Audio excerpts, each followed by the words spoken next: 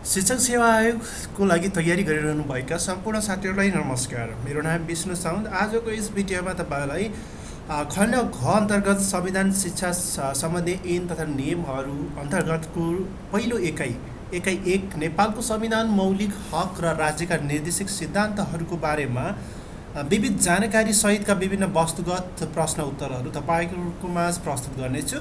हामीलाई चाहिँ प्रथम पत्र सामान्य परीक्षामा सोधिने खण्ड घ अन्तर्गतको रहेको छ। माध्यमिक र आधारभूत तहको लागि एकदमै महत्त्वपूर्ण शीर्षक रहेको छ। कुनै यसबाट हामीलाई दुईवटा प्रश्नहरू सोधिने गर्दछन् संविधान शिक्षा सम्बन्धी ऐन तथा नियमहरूको पहिलो एकाइबाट। आज हामी त्यसैको बारेमा यसका विभिन्न महत्त्वपूर्ण विभिन्न जानकारीहरू सँगसँगै र हामी अन्य वस्तुगत प्रश्न उत्तरहरूको सङ्गालो पनि तपाईँहरूको माझ प्रस्तुत गर्नेछौँ। सबैभन्दा पहिला हामी चाहिँ यसका चाहिँ जानकारीहरूको बारेमा मेन पोइन्टहरू चाहिँ हामीले नोटेट गरेका छौँ। नेपालको संविधानमा मौलिक हकको बारेमा हामी जानकारी गरौँ। सबैभन्दा पहिलो पोइन्टमा तपाईँले देख्न सक्नुहुन्छ, यस संविधानमा 35 भाग 308 धारा र 9 अनुसूची रहेका छन्।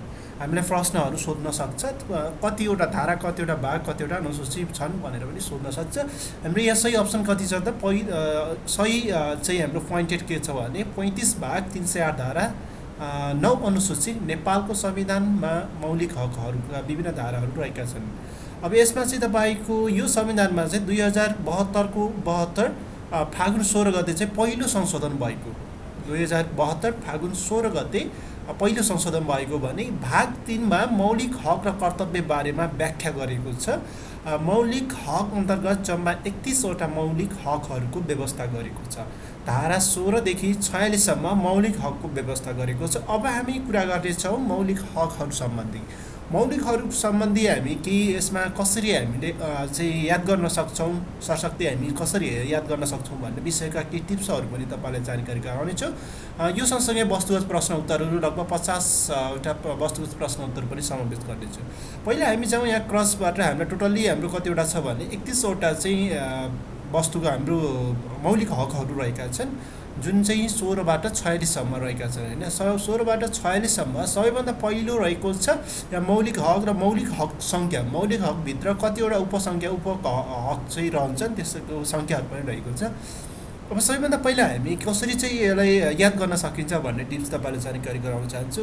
हामी यसलाई चाहिँ एउटा होइन माइक्रो पार्टमा चाहिँ हामीले बाँड्छौँ। जस्तै तपाईँको एउटा 20मा हाम्रो न्याय सम्बन्धी हक छ, 20मा न्याय हामीले याद गर्नु पर्यो। त्यसै गरी हामी 25मा सम्पत्तिको हक भनेर पढौँ, सम्पत्तिको हक चाहिँ हामीले याद गर्नु पर्यो। र त्यसै गरी 30मा स्वच्छ वातावरण सम्बन्धी हक र 40मा छ हाम्रो दलित सम्बन्धी हक। यी कुराहरू चाहिँ पोइन्टेड गरेर याद गर्नुभयो भने अब तपाईँहरूलाई म एउटा बुझाउनको लागि सजिलै हामीले कसरी याद गर्न सक्छौँ भन्ने विषयमा जानकारी गराउँछु। 16मा सम्मानपूर्वक बाँच्न पाउने हक छ भने 17मा स्वतन्त्रताको हक, 18मा समानताको हक, 19मा सञ्चारको हक छ है।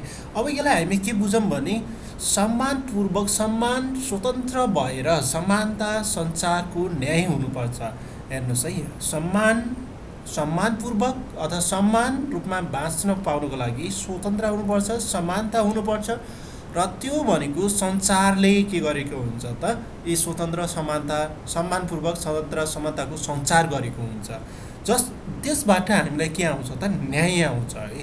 अब यसरी हामीले बुझ्न सक्छौँ, सम्मानपूर्वक बाँच्न पाउनको लागि स्वतन्त्र हुनु पर्यो, समानता हुनु पर्यो र स्वतन्त्र समानताको लागि सञ्चार गरेर न्याय सम्बन्धी हक हुनु पर्यो, न्याय हुनु पर्यो भनेर हामीले याद गर्न सक्छौँ। त्यो भनेको सम्मानपूर्वक बाँच्न पाउने, सम्मानपूर्वक बाँच्नको लागि स्वतन्त्रता, समानता र स्वतन्त्र समानतालाई सञ्चार गरेर न्याय भएको हुनुपर्छ। अब यसमा हामीले के यो चाहिँ यसरी चाहिँ हामीले एउटा कन्सेप्ट लिएर हामी बुझ्न सक्छौँ। अब यस सम्बन्धी नै हेरौँ पहिला चाहिँ। त अब 21मा हाम्रो के छ हेर्नुहोस् है, 20मा हाम्रो न्याय सम्बन्धी हक छ, हामीले याद गरेका छौँ र 20मा न्याय सम्बन्धी हक छ है। अब योभन्दा अगाडि हामीले के भन्यौँ त? सम्मानपूर्वक बाँच्नको लागि स्वतन्त्र, समानता र सञ्चार हुनुपर्छ भनेर बुझे पनि हुन्छ। सम्मानपूर्वक बाँच्न पाउनको लागि स्वतन्त्र हुनु पर्यो, समानता हुनु पर्यो र सञ्चार हुनु पर्यो, अनि मात्र न्याय हुन्छ भन्ने कुरा हामी बुझौँ। अब 20मा न्याय छ भने हेर्नुहोस् है, न्याय अब तपाईँको न्याय सम्बन्धी हक। अब न्यायपछि हाम्रो के हुन्छ? न्याय पाउनको लागि अब न्याय केबाट पाउँछ? अपराधबाट। अब हेर्नुहोस्, अब यसलाई 21बाट हामी 25सम्म याद गरौँ। अपराध पीडित अपराध भयो भने अपराध गर्यो भने यातना दिइन्छ होइन। अब यातना विरुद्ध भयो, यातना दिइने भयो, निवारक नजरबन्दमा राखिन्छ। छुवाछुत र सम्पत्ति सम्बन्धी भनौँ न एउटा अपराध कुन सम्बन्धी अपराध गर्यो भने अपराध यातना विरुद्ध अपराध गर्यो भने यातना दिइन्छ होइन। यातना के किसिमका हुन्छन् अथवा नजरबन्द हुन्छ, यातना नजरबन्द, छुवाछुत र सम्पत्ति। छुवाछुत र सम्पत्तिको बिचमा विभिन्न किसिमका अपराधहरू भइरहन्छन्। छुवाछुत र अब न्याय, यहाँ हामीले के बुझ्नु पर्यो भने न्याय हुनको लागि न्याय के कुरामा हुन्छ भने अपराध गरिसकेपछि अपराधमा यातना दिइन्छ, नजरबन्द पनि गरिन्छ। र यी सबै कुराहरू हुने भनेको यातना नजरबन्द अपराध हुने भनेको केमा बढी हुन्छ त छुवाछुत र सम्पत्ति सम्बन्धी बढी चाहिँ यस्ता हुन्छन्। त्यसैले हामीले के याद गर्न सक्छौँ भने अपराध यातना नजरबन्द, छुवाछुत र सम्पत्ति। अपराध गर्यो भने यातना नजरबन्द गरिन्छ, जुन चाहिँ छुवाछुत र सम्पत्तिमा बढी हुन्छ भनेर बुझौँ है। त्यसपछि हामी 26 नम्बरबाट जाऊँ। 26 अब हेर्नु सम्पत्तिको हक भइसकेको छ। अब धार्मिक स्वतन्त्र भयो भने सूचना पनि प्रभाव हुन्छ, सूचना पनि प्रसार हुन्छ र सूचना चाहिँ गोपनीयता पनि हुन्छन्। र गोपनीयताको यदि चाहिँ भएन भने शोषण विरुद्ध विभिन्न किसिमका शोषण हुन्छन् र स्वच्छ वातावरण चाहिँ के हुन्छ त खैला हुन्छ भनेर बुझौँ हामी। यदि धार्मिक स्वतन्त्रको सूचना प्रभाव भएन, सूचना गोपनीयताको विरुद्ध अथवा हामी धार्मिक स्वतन्त्रमा सूचना गोपनीयताको शोषण भयो भने के हुन्छ त स्वच्छ वातावरण चाहिँ खराब हुन्छ भनेर बुझौँ। अब हेर्नुहोस् त्यसपछि हामी 31 मा पढौँ। अब यहाँ तपाईँले एकदमै रमाइलो तरिकाले याद गर्न सक्नुहुन्छ। स्वच्छ वातावरण भयो भने 30 नम्बर हामी छौँ है। स्वच्छ वातावरण भयो भने शिक्षा सम्बन्धी शिक्षा हामीले पाउँछौँ। शिक्षा हामीले के आर्जन गर्यो भने भाषा सिक्छौँ होइन। भाषा संस्कृति भयो 31 मा। स्वच्छ वातावरण भयो भने शिक्षा पाउँछौँ, शिक्षा राम्रोसँग ग्रहण गर्न सकिन्छ। हामीले के पढ्यो भने चाहिँ त्यसपछि भाषा सिकिन्छ। भाषा सिक्नको लागि तपाईँले कोरिया जानुहुन्छ, कोरिया गर्नु भनौँ न एउटा रोजगारको लागि कोरिया जानुहुन्छ, त्यहाँ तपाईँले श्रम गर्नुहुन्छ। श्रम गर्नुभयो भने अब तपाईँको स्वास्थ्य पनि बलियो बनाउनु पर्यो। श्रम गर्नुको लागि स्वास्थ्य बलियो बनाउनु पर्यो र खाद्य पनि बलियो, खानेकुरा पनि राम्रोसँग खानु पर्यो र आवासको पनि राम्रो हुनु पर्यो। अब यो सँगसँगै तपाईँले यी तीनवटा कुराहरू स्वास्थ्यलाई हेर्नु पर्यो, खानेकुरा र आवास तपाईँले के गर्नुहुन्छ श्रम गर्दाखेरि भाषा सिकेर रोजगार गर्न कोरिया जानुभयो, श्रम गर्नुभयो। श्रम गर्नको लागि स्वास्थ्य खाद्य आवास चाहियो र तपाईँले के पैसा चाहिँ बसाएर घरमा महिला र बालबालिकाहरूलाई पठाउनुहुन्छ। आफ्नो छोराछोरी र महिला र बालबालिकाको लागि पनि तपाईँले पठाउनुहुन्छ। यसरी चाहिँ हामीले पढ्यौँ भने र अन्तिममा अर्को छ 40 मा दलितको हक। हामी यहाँसम्म 39 सम्म सर पढ्न सक्छौँ। हामीले स्वच्छ वातावरणमा शिक्षा आर्जन गर्छौँ, भाषा सिक्छौँ, रोजगार गर्न कोरिया जान्छौँ, श्रम गर्छौँ, स्वास्थ्यलाई चाहिँ स्वास्थ्य खाद्य र आवासलाई बलियो बनाउँछौँ। महिला र बालबालिकालाई केही रकम पनि पठाउँछौँ। र अब 40 मा रहेको छ दलित हक। 40 मा हामीले याद गर्नु पर्यो। र त्यसपछि अब हेर्नुहोस्, अब त्यसपछि हामी के हुन्छौँ घर पनि पैसा पठाउँछ। र त्यसपछि 41 मा हेरौँ डाइरेक्टली। त्यसपछि ज्येष्ठ नागरिक भइन्छ। ज्येष्ठ नागरिक भइसकेपछि सामाजिक न्याय सम्बन्धी लागिन्छ। सामाजिक न्यायमा अनि सामाजिकको सुरक्षा पनि पाइन्छ, सामाजिक सुरक्षा भत्ता पनि खाइन्छ, त्यसको उपभोग पनि गर्नु पर्यो भन्ने विषयमा हामी 44 सम्म याद गर्न सक्छौँ। र त्यसपछि चाहिँ देश निकाला विरुद्ध हक छ। त्यसपछि चाहिँ अन्तिममा संवैधानिक उपचारको हक छ। सरले हामी 44 सम्म कसरी याद गर्न सक्छौँ भने मैले फेरि एकचोटि रिपिट गर्छु। 44 सम्म सबैभन्दा पहिला हाम्रो के छ भने सम्मानपूर्वक बाँच्न पाउनको लागि स्वतन्त्र, समानता र सञ्चारको हक हुनुपर्छ।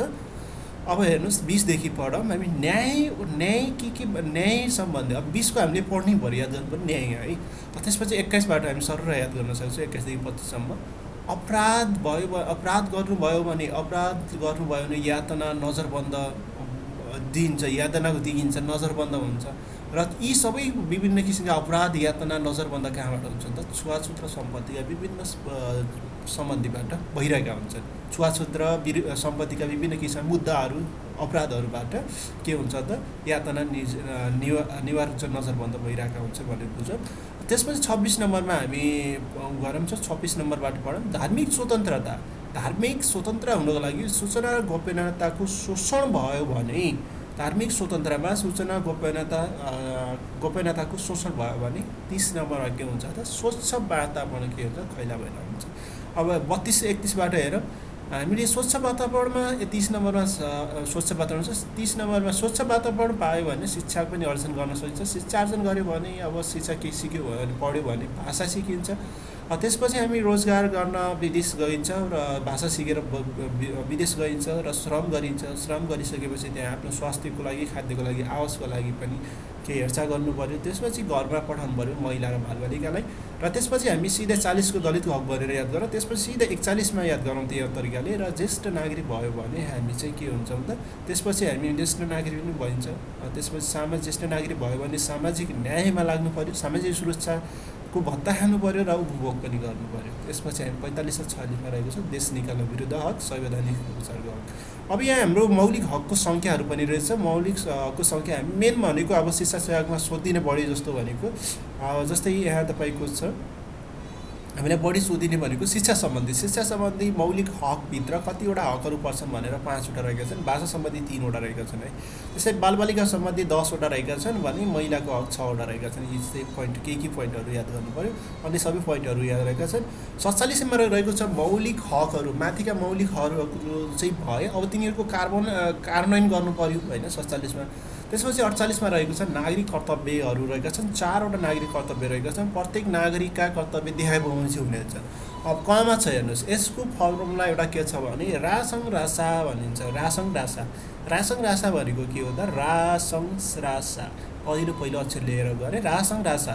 रासङले रा भनेको राष्ट्रप्रति निष्ठावान हुँदै नेपालको राष्ट्रियता, सार्वभौमसत्ता र अखण्डताको रक्षा गर्नु। राष्ट्रियता, सार्वभौमसत्ता र अखण्डताको रक्षा गर्नु हो। खमा सङ्घ भनेको संविधान र कानुनको पालना गर्नु पर्यो है।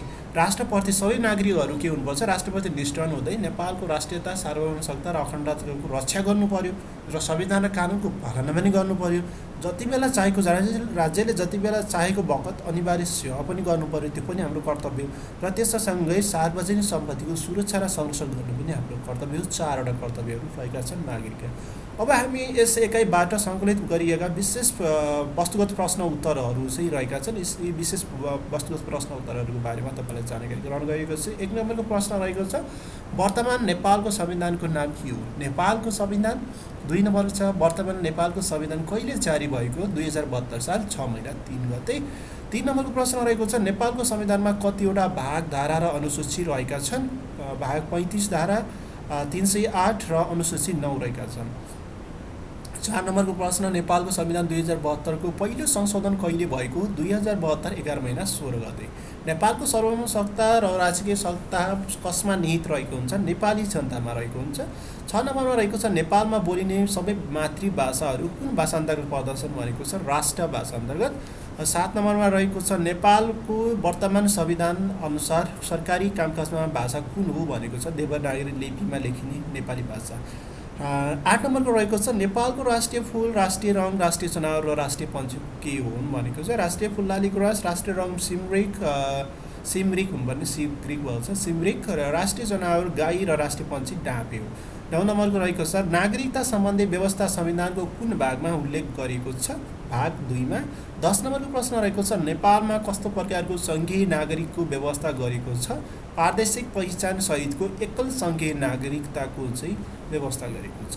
11 नम्बरको प्रश्न, विदेशी नागरिकसँग विवाह गरेकी नेपाली महिला नागरिकबाट जन्मिएको व्यक्तिको हकमा निज नेपालमा नै स्थायी बसोबास गरेको र निजले विदेशी मुलुकको नागरिकता प्राप्त गरेको रहेनछ भने निजले नेपालको कस्तो नागरिकता पाउँछ, प्राप्त गर्नेछ भनेको छ? अङ्गीकृत नागरिकता।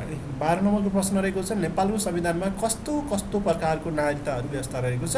कति प्रकारका छन् भने 4 प्रकारका छन्। वंशज, अङ्गीकृत, समानता र गैर आवासीय। वंशज भनेको वंशज, अङ्गीकृत, सगै भनेको समानता र गैर आवासीय नेपाली नागरिकता। 13 नम्बरको प्रश्न रहेको छ, गैर आवासीय नेपालीलाई कुन कुन अधिकार सहितको नागरिकता दिने व्यवस्था रहेको छ? आर्थिक सामाजिक र सांस्कृतिक अधिकार उपभोग गर्न पाउने गरी नेपालको गैर आवासीय नागरिकता दिइनेछ। 14 नम्बरको प्रश्न रहेको छ नेपाली नागरिकले कसको नामबाट नागरिकता प्राप्त गर्न पाउने व्यवस्था छ? आमा र बुवाको नामबाट। 15 नम्बरको प्रश्न रहेको छ नेपाल सरकारले कुन कानुन बमोजिम नेपालको समानार्थ नागरिकता प्रदान गर्ने रहेको छ भने सङ्घीय कानुन बमोजिम चाहिँ समानार्थ नागरिकता चाहिँ प्रदान गर्ने सक्नेछ। 16 नम्बरको प्रश्न रहेको छ नागरिकताको प्राप्ति, पुनः प्राप्ति र समाप्ति सम्बन्धी व्यवस्था कुन कानुन बमोजिम रहेको छ? सङ्घीय कानुन बमोजिम। संविधानको कुन भागमा मौलिक हक र कर्तव्यको बारेमा व्यवस्था गरेको छ भने भाग 3 मा रहेको छ। नेपालको संविधानमा कतिवटा मौलिक हकहरूको व्यवस्था रहेको छ? 31 वटा। स्वतन्त्रताको हक कुन धारामा व्यवस्था गरेको छ? धारा 17 मा। 20 नम्बरको रहेको छ विचार र अभिव्यक्तिको स्वतन्त्रता बिना हात हतियार शान्तिपूर्वक भेला हुने स्वतन्त्रता, राजनैतिक दल खोल्ने स्वतन्त्रता, सङ्घ संस्था खोल्ने स्वतन्त्रता जस्ता अधिकारहरू कुन मौलिक हकमा अन्तर्गत पर्दछन् त? स्वतन्त्र हक अन्तर्गत पर्दछन्। 21 नम्बरको प्रश्न समानता हक अन्तर्गत कतिवटा हकको व्यवस्था गरेको छ? 5 वटा। 22 नम्बर प्रश्न धारा 18 मा कुन हकको व्यवस्था गरेको छ? समानताको हक। 18 मा समानताको हक।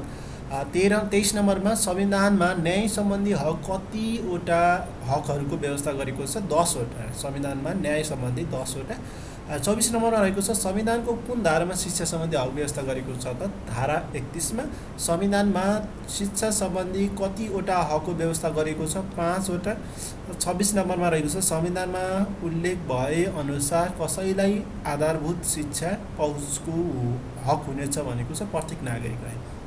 प्रत्येक नागरिकलाई राज्यबाट कुन तहसम्मको शिक्षा अनिवार्य र निःशुल्क हुने व्यवस्था छ त? आधारभूत तह र तह सक्षमसम्मको शिक्षा।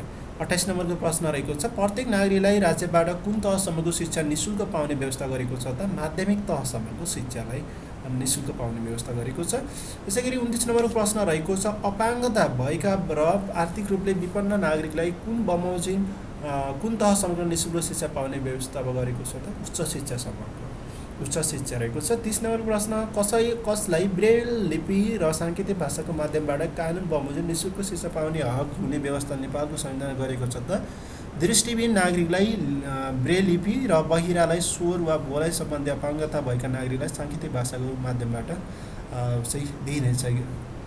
31 नम्बरको प्रश्न रहेको छ संविधानको कुन धारामा भाषा र संस्कृतिको हक सम्बन्धी व्यवस्था गरेको छ त? 32 मा।